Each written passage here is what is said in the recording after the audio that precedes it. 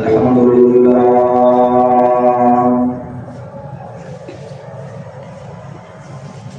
الحمد لله وكفى والصلاة والسلام على سيد الرسل والصلاة والسلام على سيد الرسل وخاتم الأنبياء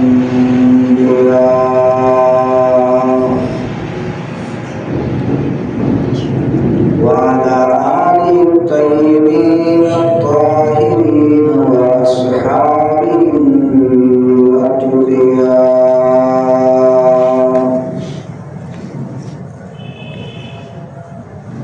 أما بعد فأعوذ بالله من الشيطان الرجيم.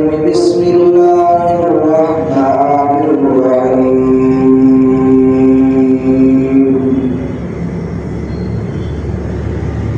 والسابقون الأولون من المهاجرين والأنصار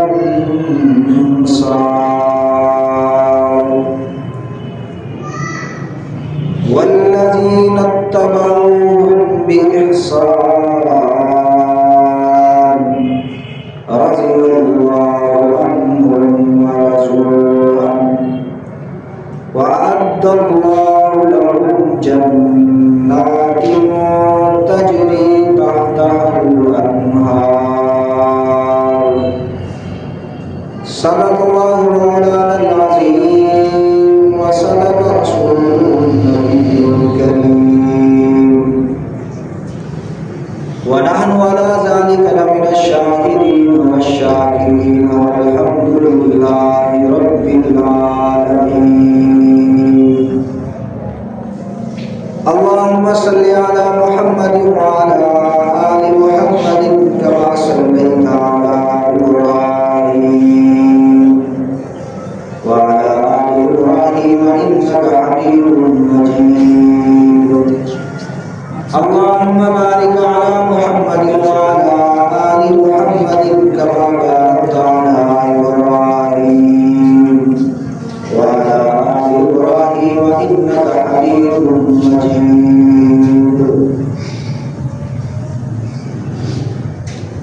میرے واجب الکرم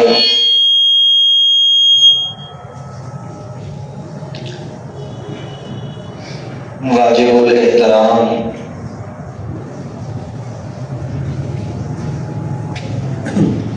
معزز سامعین گرامی،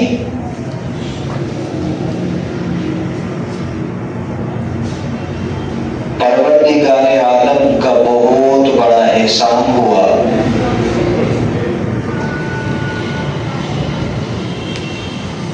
کہ اس ذات عالی نے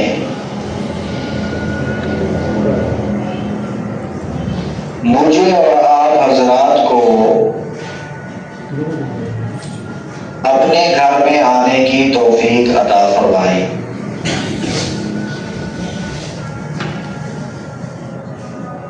جیسا کہ آپ حضرات بخوبی جانتے ہیں کہ یہ رجب المرجب کا مہینہ ہے۔ اسلامی تاریخ کے اعتبار سے اس مہینے کے اندر بہت سے واقعات رونما ہوئے، جن میں سے ایک جو سب سے بڑا واقعہ ہے وہ ہے رسول اللہ صلی اللہ علیہ وسلم کا معراج پہ تشریف لے جانا۔ یہ میرے نبی کا بہت بڑا معجزہ بھی ہے اور آپ کی خاصیت و خصوصیت بھی ہے۔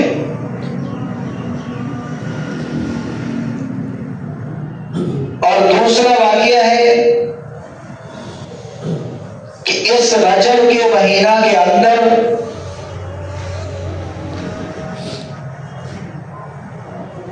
جناب سیدنا علی المرتضی رضی اللہ تعالیٰ عنہ کی ولادت بسعادت ہوئی۔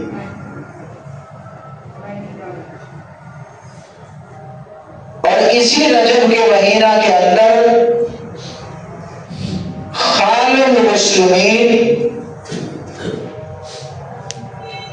جناب نبی کریم صلی اللہ علیہ وسلم کے کاتب وحی حضرت امیر معاویہ رضی اللہ تعالیٰ کی وفات بھی ہوئی. تو میں انشاءاللہ العزیز اپنی کوشش اور طاقت کے مطابق ان تینوں چیزوں کو مختلف جمعات کے اندر بیان کرنے کی کوشش کروں گا.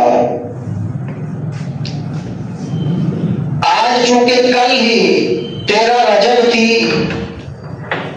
تو حضرت سیدنا علی المرتضی رضی اللہ تعالیٰ عنہ کی ولادت بھی 13 رجب کو ہوئی ہے. تو آج حضرت علی رضی اللہ تعالیٰ عنہ کی شان کو اپنے ٹوٹے موٹے الفاظ میں بیان کر دیتے ہیں. حضرت علی المرتضی رضی اللہ تعالیٰ عنہ ان کا پورا نام ہے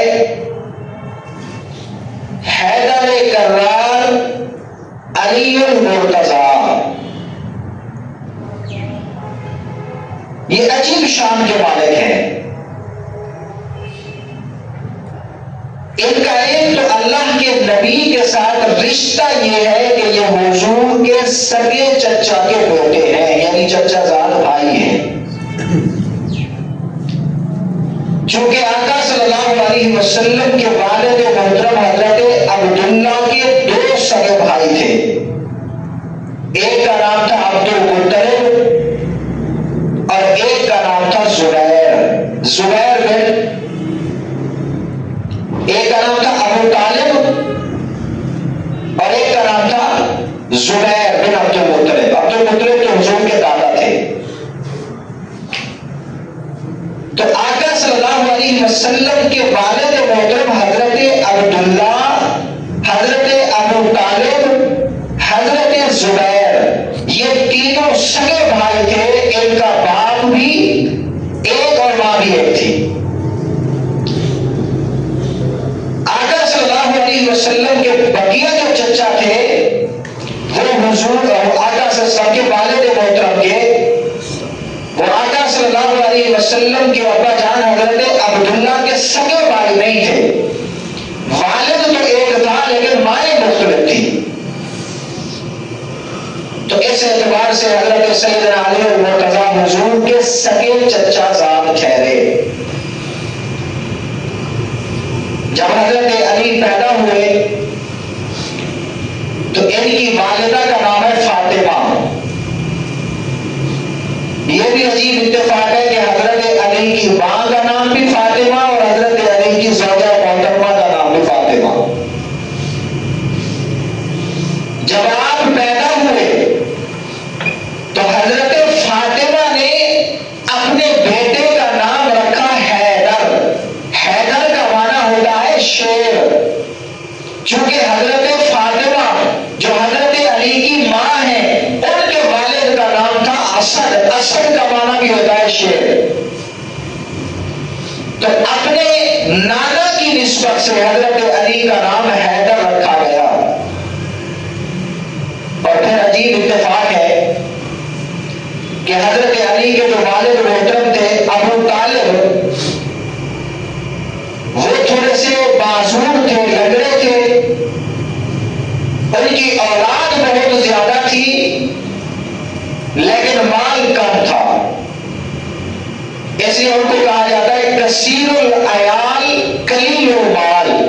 بچے زیادہ تھے لیکن دولت کم تھی. تو انہوں نے حضرت علی کو جناب نبی کریم صلی اللہ علیہ وسلم کو اٹھا کے دے دیا کہ آپ ہی اس کی پرورش کریں. تو دوسری نسبت حضرت علی کو یہ ملی ہے کہ ان کی پرورش بھی جناب نبی کریم صلی اللہ علیہ وسلم کے ہاں ہوئی. اب آپ حضرات سوچتے ہوں گے کہ ہم نے تو زیادہ تر نام علی ہی سنا ہے، تو یہ علی نام کب رکھا گیا؟ تو یہ بھی بڑا ایک عجیب ماجرا ہے کہ نبی کریم صلی اللہ علیہ وسلم نے جب نبوت کا اعلان فرمایا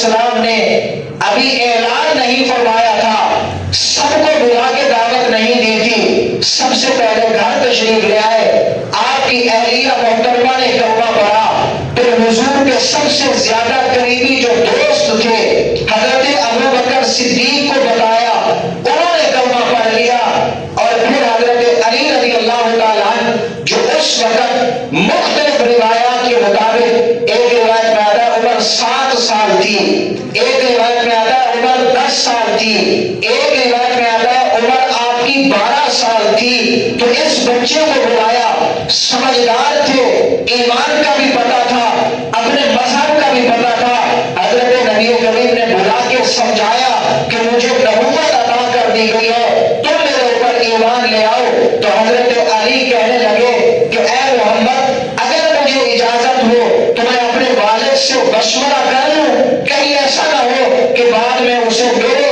ایمان لانے پہ اعتراض ہو۔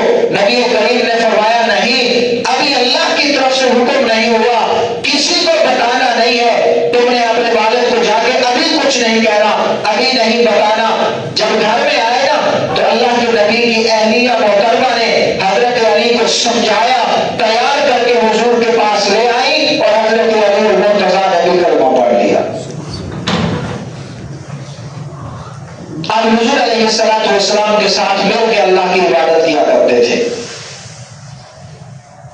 بیت النخلا ایک جگہ ہے، وہاں پہ حضرت علی رضی اللہ تعالیٰ عنہ جو حضور علیہ السلام کی عبادت کیا کرتے تھے۔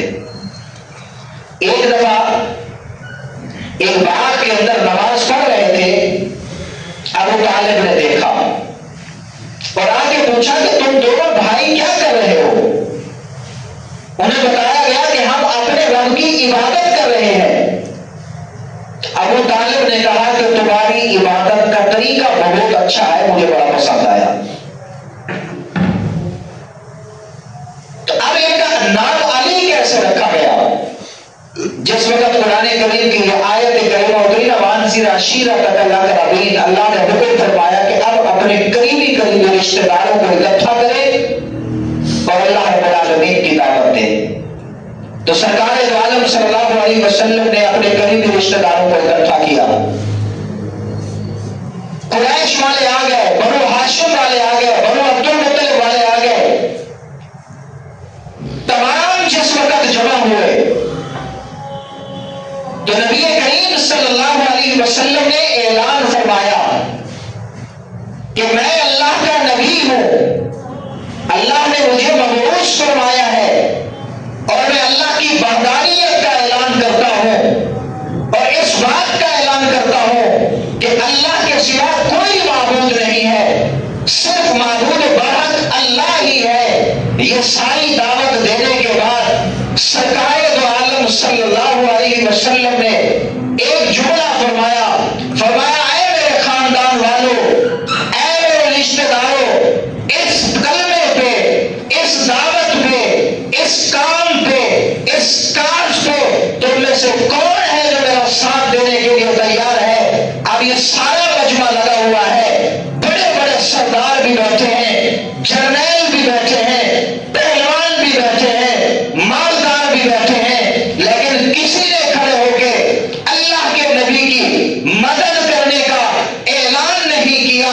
اس مجمع میں سے ایک چھوٹا سا بچہ ہے، جسم نحیف ہے، قد چھوٹا ہے، پتلی ٹانگیں ہیں، وہ کھڑے ہوئے ہیں اور کھڑے ہو کے ہاتھ کھڑا کیا، کہا اے رسول اللہ، اے محمد عربی، میں آپ کے ساتھ ہوں۔ کیا ہوا یہ سردار آپ کے ساتھ ہونے کا اعلان نہیں کرتے تو جب مجمع میں اللہ کے نبی نے دیکھا کہ چھوٹا قد ہے، پتلی ٹانگیں ہیں، نحیف جسم ہے اور حیدر کرار کھڑا ہے، تو اللہ کے نبی نے اس وقت اعلان کیا کہ دنیا والوں سن لو، اس کے چھوٹے قد کی وجہ سے کوئی یہ نہ سمجھے کہ علی چھوٹا ہے، حیدر چھوٹا ہے، آج کے بعد محمد رسول اللہ اسے نام بھی علی دیتا ہے، تاکہ کائنات جب تک رہے گی اور ان کا نام رہے گا، ساری دنیا پکارتی رہے کہ علی چھوٹے قد کا نہیں، بڑے مقام کا ہے۔ تو تب سے آپ کا نام علی رکھا گیا، اور پھر آپ کو مرتضیٰ بھی کہتے ہیں۔ مرتضیٰ کا معنی ہے چنا ہوا، پسندیدہ۔ علی رب کے بھی چنے ہوئے ہیں، علی محمد عربی کے بھی چنے ہوئے ہیں، علی صحابہ کرام کے بھی محبوب تھے، اور علی اہل سنت والجماعت کی نگاہوں میں بھی بڑا پسندیدہ اور چنے ہوئے ہیں۔ اللہ نے ان کو بڑا مقام عطا فرمایا ہے۔ غزوہ احد ہے، نبی کریم صلی اللہ علیہ وسلم، بلکہ غزوہ سے پہلے ایک بات بتا دیتا ہوں، جب آقا صلی اللہ علیہ وسلم ہجرت کرنے لگے تو ابو بکر کو کہا کہ آپ نے میرے ساتھ جانا ہے، اور علی اور مرتضیٰ سے فرمایا کہ تم نے میرے بستر میں سو کے یہ ساری امانتیں کل واپس کرنی ہے، پھر آنا ہے، اور جب تک تو نہ آئے گا میں مدینہ میں داخل نہیں ہوں گا۔ حضرت علی اور مرتضیٰ آقا صلی اللہ علیہ وسلم کے بستر میں سو گئے۔ حضرت علی فرمایا کرتے تھے، کسی نے حضرت علی سے پوچھا نا کہ کبھی تو ایسا وقت بھی آیا ہے کہ جب تم نے سکون کی نیند کی ہو کہ آج مجھے موت نہیں آئے گی؟ ہم تو بڑے منصوبے بناتے ہیں نا، بلڈنگ، یہ وہ، گاڑیاں، کاروبار، بزنس سیٹ کرتے ہیں کہ بڑھاپے میں کام آئیں گے، جبکہ پتہ کچھ بھی نہیں ہے کہ بڑھاپا آنا ہے یا نہیں آنا۔ صحابہ کرام کو ایک لمحے کا بھی بھروسہ اور یقین نہیں ہوا کرتا تھا کہ ایک سانس تو آ رہا ہے، دوسرا بھی آتا ہے یا نہیں آتا۔ ان کی کیفیت یہ ہوا کرتی تھی، حضرت علی فرماتے ہیں تو میں ہر نماز کو یہ سمجھ کے پڑھتا ہوں کہ یہ میری آخری نماز ہے۔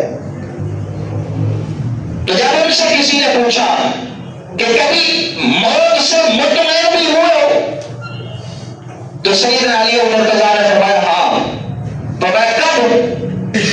کہا جب دشمن 1400 ننگی تلواریں لے کے کھڑے تھے اور میں بستر پر سویا تھا، ان 1400 ننگی تلواروں کے آگے بھی مجھے یہ یقین تھا کہ آج مجھے موت نہیں آ سکتی، اس لیے کہ کالی کملی والے نے فرمایا تھا علی بستر پر سو جا، صبح ہی امانتیں واپس کرنا، مدینہ میں تیرا انتظار کروں گا، مدینہ سے پہلے جب تک تو نہیں آئے گا مدینہ میں داخل نہیں ہوگا۔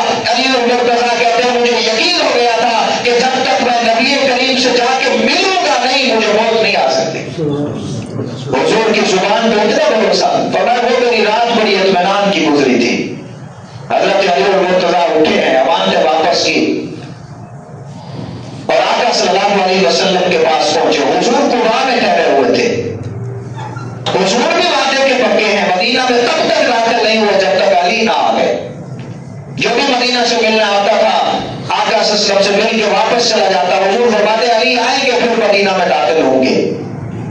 حضرت علی اور مرتضیٰ آئے، جواب تھے ابھی، جب وہاں پہ پہنچے اللہ کے نبی نے فرمایا علی سناؤ کیسے ہو، سب کی امانتیں واپس ہو گئے؟ فرمایا آپ کے حکم کے مطابق۔ فرمایا کوئی پریشانی؟ اللہ کے نبی جب آپ نے کہہ دیا کہ مجھ سے آگے ملنا، کیسی پریشانی ہوتی؟ البتہ چلنے کی وجہ سے میرے پاؤں کے نیچے زخم آ گئے ہیں، اس لیے کہ مجھے آپ سے ملنے کا اشتیاق تھا، یہ جدائی کا وقت برداشت نہیں ہو رہا تھا، بڑا دیر سفر کر کے آیا ہوں۔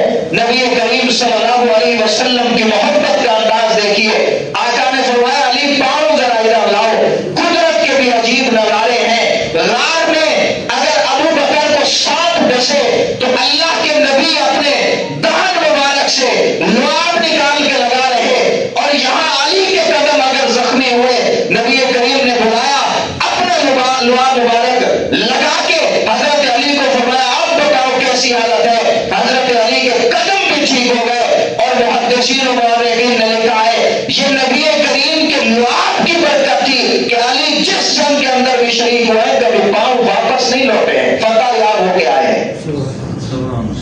یہ میرے نبی کے لعاب کی برکت تھی۔ آقا صلی اللہ علیہ وسلم حضرت علی کو لے کے مدینہ میں پہنچے ہیں، وہاں پہ مواخات کا سلسلہ شروع ہوا، چونکہ یہ سارے مہاجر تھے، سب کو چھوڑ کے آئے تھے، پاس کچھ نہیں تھا، تو نبی کریم صلی اللہ علیہ وسلم نے انصار صحابہ سے فرمایا کہ ایک مہاجر اور ایک تم میں سے اسے اپنا بھائی بنا لو، میں تمہیں ایک دوسرے کا بھائی بناتا ہوں، اسے گھر لے جاؤ، اس کے کھانے پینے کا سارا انتظام تمہارے ذمہ ہے۔ یہ تو میرے نبی نے کیا تھا، لیکن مہاجر صحابہ کرام نے اپنے بھائیوں سے کہا کہ ہمیں بتاؤ بازار کا راستہ کیا ہے تاکہ ہم جا کے اللہ کو راضی کرنے کے لیے رزق حلال بھی تلاش کریں گے، اس لیے کہ رزق حلال کو تلاش کرنا بھی عبادت ہے۔ تو اللہ کے نبی تقسیم کرتے گئے یہ تمہارا بھائی ہے، یہ تمہارا بھائی ہے، یہ تمہارا بھائی ہے، آخر میں حضرت علی بچ گئے اور حضور بچ گئے۔ ادھر سے انصار بھی پورے ہو گئے، مہاجرین بھی پورے ہو گئے، آقا صلی اللہ علیہ وسلم بھی بچ گئے اور حضرت علی اور مرتضیٰ بھی بچ گئے۔ تو جب حضور نے دیکھا کہ علی تو بیٹھا ہے ادھر، انصاری صحابی کوئی نہیں کہ جس کا اس کو بھائی بناؤں، تو حضور علیہ السلام نے بڑا عجیب جملہ فرمایا انت یا علی انت اخی فی الدنیا والآخرہ، اے علی تو دنیا میں بھی میرا بھائی ہے اور آخرت میں بھی میرا بھائی ہے۔ یہ حضرت علی کو اعزاز حاصل ہے، وگرنہ قرآن کریم کے اندر ایک جگہ پہ ہے فرمایا آخرت کے اندر ساری رشتہ داریاں ختم ہو جائیں گی، بلکہ حضرت علی رضی اللہ حضور علیہ السلام نے بھی فرمایا آخرت میں کوئی رشتہ داری کسی کو کوئی فائدہ اور نفع نہیں دے گی سوائے میری رشتہ داری کے۔ تو حضرت علی کو فرمایا کہ تو دنیا میں بھی میرا بھائی ہے اور آخرت میں بھی میرا بھائی ہے۔ اپنے بھائی چارگی کے لیے اللہ کے نبی نے حضرت علی کو چنا ہے۔ ایک موقع ایسا آیا، غزوہ احد ہے، نبی کریم صلی اللہ علیہ وسلم نے حضرت علی اور مرتضیٰ رضی اللہ تعالیٰ کو شروع میں بھیجا۔ جنگ کی ترتیب یہ ہوا کرتی تھی، ایک پہلوان ادھر سے جاتا، ایک پہلوان وہاں سے آتا، مقابلے میں شیبہ تھا، بہت بڑا پہلوان تھا۔ اس نے آ کے حضرت علی کو للکارا، کہا تم بچے ہو، میرے بھتیجے ہو، میں تم سے نہیں لڑنا چاہتا۔ اور اس نے آ کے اعلان کیا کہ اے مسلمانوں، کیا تمہارے پاس میرے مقابلے کا کوئی بہادر نہیں ہے؟ تو ادھر سے سیدنا علی اور مرتضیٰ نے جواب دیا، فرمایا سمتنی امی حیدرا، میرے مقابلے میں تو آؤ، بچپن سے میری ماں نے میرا نام ہی حیدر رکھا ہے، لڑ کے دکھاؤ تمہیں پتہ چل جائے گا۔ جب اسے غصہ آیا آگے حضرت علی پہ حملہ کیا، سیدنا علی اور مرتضیٰ نے ایک ہی بار میں اسے ختم کر دیا۔ حضرت علی کہتے ہیں میں لڑ رہا تھا، ایک گروہ دشمنوں کا نبی کریم صلی اللہ علیہ وسلم پہ حملہ آور ہونے کے لیے آیا، اللہ کے نبی نے دیکھا سامنے علی کھڑے ہیں، حضور نے فرمایا علی ان کا مقابلہ کرو۔ حضرت علی نے اس پوری جماعت اور گروہ کا مقابلہ کیا، انہیں پیچھے ہٹا دیا۔ ایک اور جتھا آیا، سیدنا علی نے ان کا مقابلہ کیا، انہیں پیچھے ہٹا دیا۔ ایک اور جتھا آیا، جب 3 مرتبہ حضرت علی اور مرتضیٰ نے اللہ کے نبی سے دشمن کو ہٹایا ہے، سرکار دو عالم خوش ہوئے، فرمایا اے علی انت منی وانا منکا، فرمایا علی تو مجھ سے ہے میں تم سے ہوں۔ یہ سارا ماجرا دیکھ رہے تھے، جبرائیل آسمان سے اترے ہیں اور اس نے آگے کہا آنا منکما، میں تم دونوں سے ہوں، مطلب میں تم دونوں سے محبت کرتا ہوں۔ تو مرتضیٰ علی چنے ہوئے ہیں۔ آقا صلی اللہ علیہ وسلم کی بیٹی حضرت فاطمہ الزہرا جس وقت جوان ہوئی، حضرت ابوبکر صدیق نے جا کے اللہ کے نبی سے بات کی، پیغام نکاح دیا، حضور خاموش ہو گئے۔ حضرت فاروق اعظم گئے، انہوں نے نکاح کا پیغام دیا تو آقا سب خاموش ہو گئے۔ اب صدیق اکبر مزاج شناس رسول تھے، سمجھ گئے کہ اللہ کے نبی ہمیں نہیں دینا چاہتے، حضور علیہ السلام کسی اور کو دیں گے، اور نظر انتخاب حضرت صدیق اکبر کی بھی حضرت علی پہ پڑی ہے۔ مشورہ دیا علی جاؤ آقا صلی اللہ علیہ وسلم سے بات کرو، فاطمہ جوان ہے، رشتہ مانگو تمہیں مل جائے گا۔ حضرت علی اور مرتضیٰ رضی اللہ تعالیٰ کہنے لگے ابوبکر یہ کیسے ہو سکتا ہے، میرے پاس کچھ ہے بھی نہیں، نہ گھر ہے نہ مال ہے نہ دولت ہے، کچھ بھی نہیں ہے، میں شہزادی کا رشتہ جا کے مانگوں؟ حضرت ابوبکر نے فرمایا جاؤ تو صحیح بات تو کرو۔ اب حضرت سیدنا علی اور مرتضیٰ گئے ہیں، اس بھیجنے میں عمر فاروق بھی شامل تھے۔ حضرت علی اور مرتضیٰ نے جا کے آقا صلی اللہ علیہ وسلم سے کہا کہ یا رسول اللہ میں آپ کا مہمان بننا چاہتا ہوں، کچھ باتیں پس پردہ بھی کی جاتی ہیں، الفاظ کچھ کچھ ہوتے ہیں لیکن مراد کچھ ہوتی ہے. اب علی اور مرتضیٰ نے جا کے کہا یا رسول اللہ میں آپ کا مہمان بننا چاہتا ہوں, جس گھر میں رہ رہے ہیں اس میں کیسا مہمان ہوتا ہے. تو آقا صلی اللہ علیہ وسلم نے فرمایا اہلا و سہلا و مرحبا, فرمایا خوش آمدید.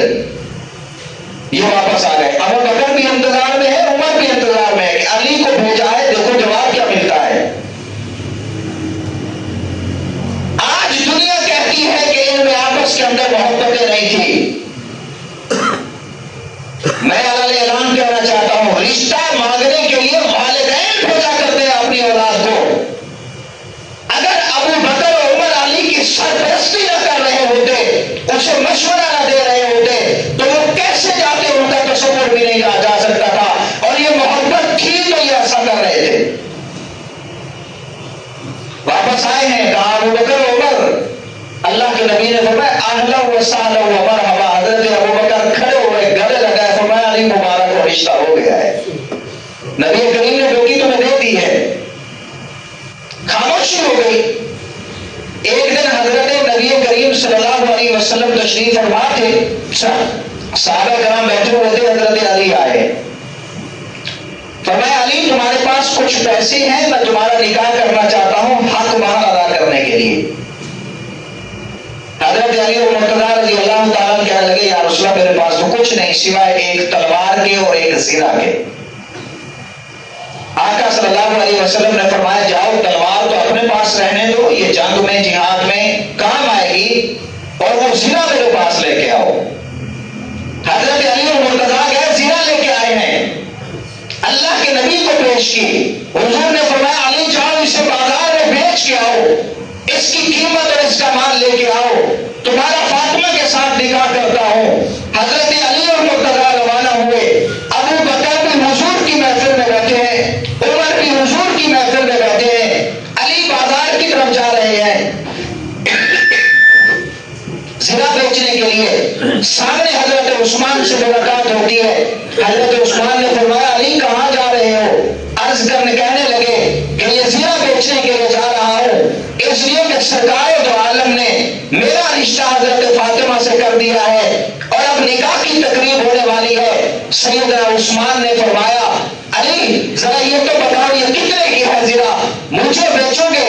علی اور مرتضیٰ نے فرمایا میں نے تو بیچنی ہے, تم خرید لو.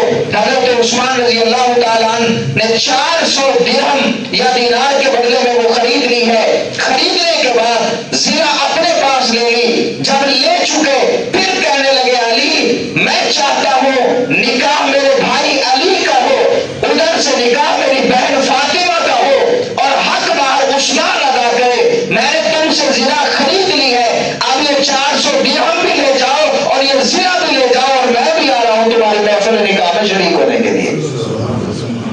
ابھی حضور کے پاس پہنچے ہیں. میں یہاں ایک بات کرنا چاہتا ہوں, اس دنیا کے اندر اس نکاح سے بڑھ کر اس دھرتی میں کوئی افضل نکاح نہیں ہوا. اس لیے کہ جس عورت کا نکاح ہو رہا ہے اسے اللہ کے نبی نے فرمایا سیدۃ النساء اہل الجنہ, فرمایا یہ جنت کی عورتوں کی سردار ہے.